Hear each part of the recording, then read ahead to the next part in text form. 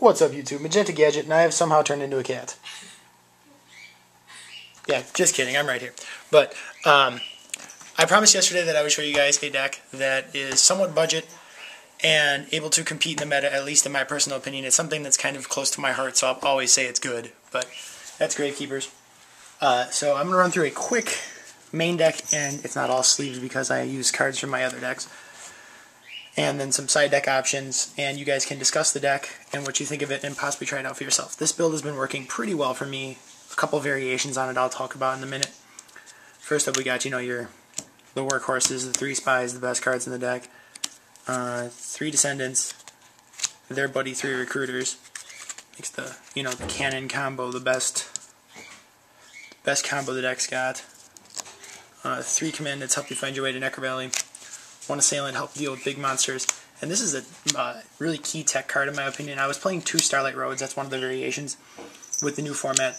I talked about Starlight Road, how it counters Torrential, Heavy Storm, Dark Hole, both Torrentials that is. But this guy is so amazing against Dino Rabbit because his defense is bigger than Lagia and Doka. If they go into Doka, yes, of course, they're going to negate and destroy him. But if they have a Lagia and they decide to swing on this, thinking that it's a it's a spy and this can't beat Lagia by attack switching, they swing into this, they get bricked, and Lagia gets bounced away, which is really, really, really, really nice. I think this card is just awesome against Rabbit at least. So I think it's worth a main deck slot due to the popularity of Rabbit, and it can disrupt other combos like windups as well. That's all the monsters because there's this card, but onto the spells, we have 3 Necro Valleys. You always want your guys to stay boosted. This card is pretty awesome against Insectors and windups. It's not too shabby against Rabbit, but we'll get to better cards against Rabbit in a minute. Some spells help you keep your monsters. These are additional monsters that don't get hit by Royal Tribute, which is really nice. And drawing this card pretty much any point in the game is amazing. 2 Royal Tributes, because dropping your opponent's hand is pretty sweet. Doesn't always work as effectively as it used to, but I think the prospect of Dust Shoot being banned and you seeing your opponent's entire hand is pretty awesome, especially if you turn 1 this card. Also, windups, you'll steal their hand before they steal yours, which is pretty sweet. And 3 Potted Dualities help you filter through your deck. The deck doesn't really special summon unless you have Spy. So, I think 3 is absolutely mandatory, and it helps you find your power cards faster. So, I like that card a lot as always. Book of Moon, Dark Hole, best cards. Can't play Reborn, can't play Heavy Storm. Well, you could technically. We'll talk about Heavy Storm in a second. 3 Mystical Space Typhoons. Another variation on this deck is I took 1 out and played 2 to play Mirror Force. But having this card is really, really nice because then you can know you're making your plays regardless. You set Spy and set this, and if they know you're playing Gravekeepers, they're just going to set, and pass, or, if they don't have an answer to Spy, they're not going to swing into her. So you end phase space, hit the warning, or whatever it is they set, flip Spy, and you're in business for the rest of the game. But once again, 2 of these in Mirror Force is another acceptable variation on the deck. 1 Starlight Road, like I just talked about. I also had 2 Over the Guard, but I think Guard is way too essential.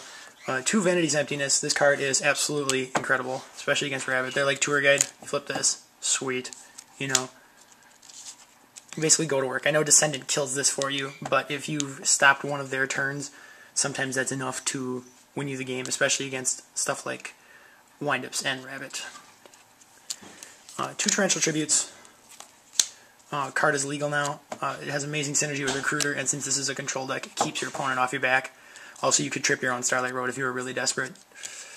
Set of Solemns here. I don't know what to say about it. If you're not playing these cards, I don't know what you are playing. But, yes, to help negate summons, keep them off your back. And Solemn to help as an additional copy of Starlight Road if it has to be, to stop Heavy Storms and Dark Holes and etc. And then the expensive part of the deck is 3 Fiendish Chains, but in the general scope of this game, this being your bulk of your money, this is what, $40 a piece, $30, $40 a piece. The rest of this deck is just about, $20, $25, whatever. The point is not the cost. The point is that this is the only expensive thing, and it's absolutely worth it. This card makes their big guy, sit and wait while you set up a descendant combo, stops their key effects at times, and it's overall just, I mean, the reason you play it in other decks is the reason you play it in this deck, but it serves a double purpose in here because it can buy you extra time holding on to their biggest guy or their key monsters at the time. Then, once again, I said the space could go down to 2 and become a Mirror Force, and I was testing 2-Star Road or Guard, and Guard is really, really good.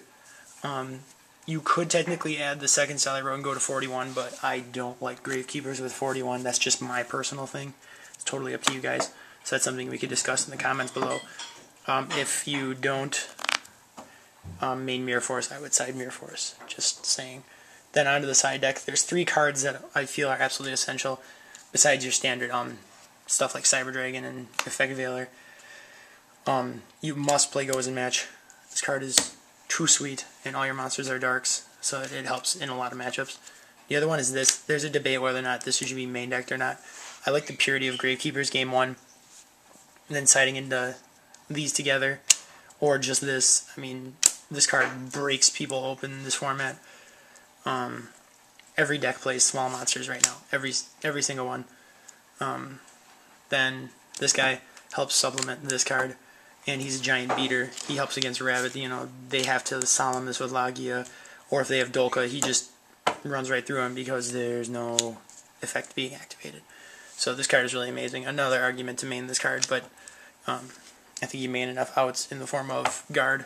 Then, since you're siding him, you could technically side Mirror Force too, or Heavy Storm as well, because if you have him out and all you have is Necro Valley anyways, you could go Heavy Storm, and this guy will protect Necro Valley while it blows up your opponent's back row. But that's totally a player preference thing. So yeah, the deck is something to think about. I like it a lot. I play it on Dual Network rather often. Play it in real life sometimes.